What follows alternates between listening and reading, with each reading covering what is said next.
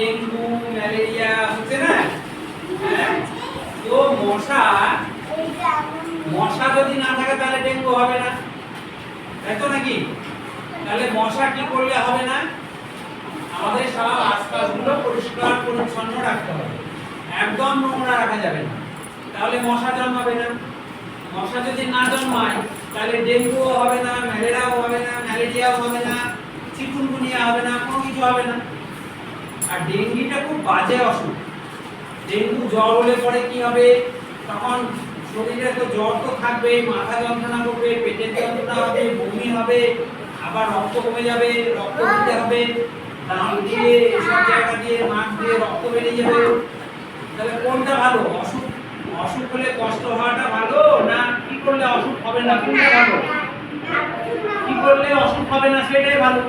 তাহলে সেইটা করতে গেলে এলাকা পরিষ্কার পরিচ্ছন্ন রাখতে হবে সব সময়, স্কুল বাড়ি ঘর সব জায়গায়। তাহলে ডেঙ্গু হবে না, করোনা হবে না। করোনার নাম শুনেছো তো?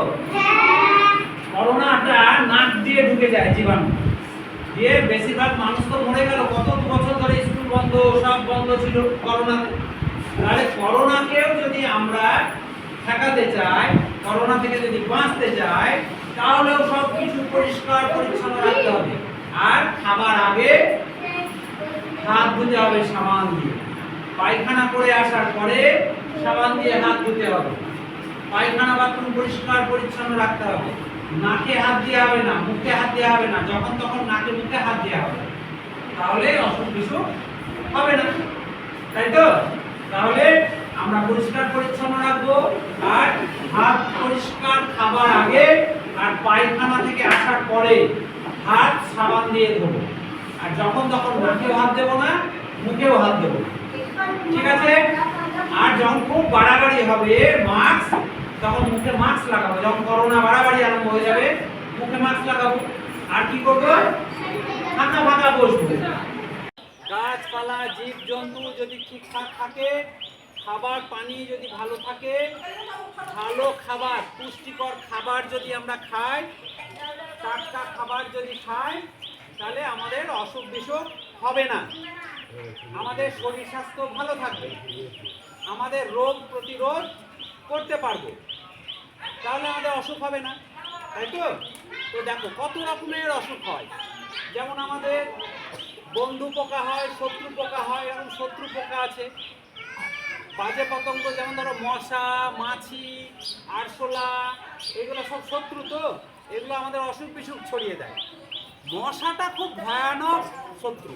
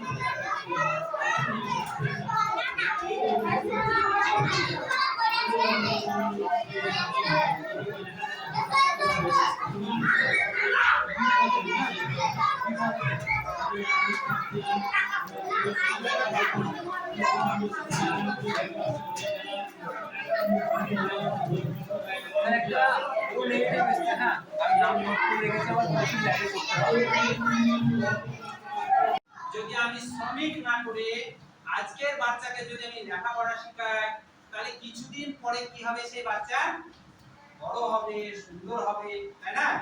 ধরো আজকে একটা ফুলের গাছ আমি লাগালাম, আজকে আমি জল দিলাম, তাহলে সেই ফুলের গাছ, ফলের গাছ একদিন বড় হবে। বড় হলে কি হবে? এই যে কাঁঠাল গাছটা আমাদের ছোট ছিল, আমরা জল দিয়েছি, বড় করেছি, এখন কাঁঠাল ধরছে। আম গাছটা ছোট ছিল, আমরা জল দিয়েছি, ঘিরেছি, সার দিয়েছি, যে আম ধরছে, তাই না? তাহলে ফল দিচ্ছে। তাহলে আজকে যারা শিশু আছে তাদেরকেও যদি আমরা এরকম করে যত্ন করি, পড়াশোনা শেখাই, খাওয়া দাওয়া ঠিক মতো পুষ্টি দিয়ে খাবার দিই, তাহলে সে বড় হবে। বড় হলে কি হবে? সেও একদিন মাস্টারমশাই হবে, সেও একদিন ডাক্তার হবে, সেও একদিন ইঞ্জিনিয়ার হবে, তাই না? বড় হলে যখন ফল দেবে, তাহলে কার লাভ? আমাদের দেশের লাভ হবে না হবে না?